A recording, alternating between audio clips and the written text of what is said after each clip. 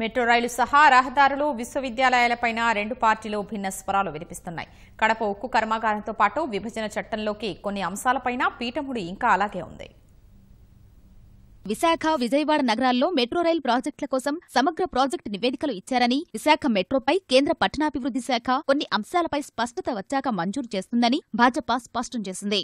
విజయవాడ మెట్రోకు ఆమోదాన్ని తెలియచేసినట్టు కంభంపాటి హరిబాబు ప్రకటన చేశారు. కానీ ఎన్ని లేఖలు రాసినా విశాఖ మెట్రో రైల్ ప్రాజెక్టుపై పురోగతి లేదని రాష్ట్ర ప్రభుత్వం చెబుతోంది. విజయవాడ మెట్రోపై సూత్రప్రాయంగా అంగీకారాన్ని తెలిపినా 6,769 కోట్ల రూపాయల మేర భూసేకరణ, పరిహారం కోసం ఖర్చు చేయాల్సి వస్తుందని, దీనికి సంబంధించి వేర్వేరు ఆర్థిక సంస్థల నుంచి రుణాలను ఇప్పించేందుకు కేంద్రం ముందుకు రావటం లేదని అంటోంది. వివిధ పథకాల కింద జాతీయ రహదారులు, రోడ్లు అనుసంధానత కోసం 1,00,000 కోట్ల నిధులు ఖర్చు చేస్తామని కేంద్రం చెబుతోంది. 2014 వరకు ఏపీలో 4,193 కిలోమీటర్ల జాతీయ రహదారులుండగా కొత్తగా 3,720 కిలోమీటర్లను ప్రకటించామని కేంద్రం వాదిస్తోంది. కానీ ఇప్పటి వరకు 5,900 కోట్లు మాత్రమే రహదారుల నిర్మాణం కోసం కేంద్రం ఖర్చు చేసినట్టు ఏపీ సర్కార్ చెబుతోంది. విభజనకు ముందు 17.6% మేర ఉన్న విద్యుత్ లోటు ఉంటే 2017 డిసెంబర్ నాటికి 0.1% తగ్గినట్టు కేంద్రం చెబుతోంది. 3.5 ఏళ్లలో 25% పైగా విద్యుత్ ఉత్పత్తి సామర్థ్యం పెంచేందుకు వివిధ పథకాలను సమర్థంగా అమలు చేసినట్టు వివరించింది.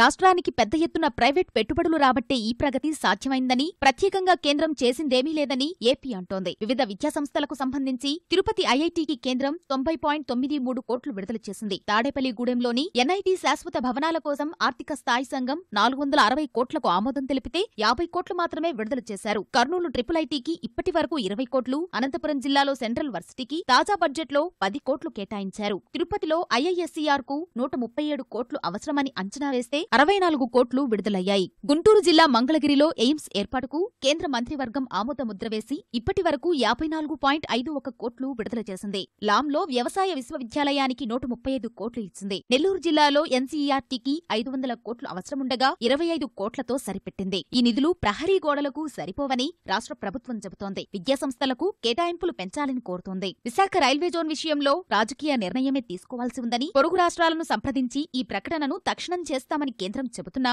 అడుగు ముందుకు పడలేదు. కడప ఉక్కు కర్మాగారంతో పాటు విభజన చట్టంలోకి కొన్ని అంశాలు ఇంకా పరిష్కరించాల్సి ఉంది.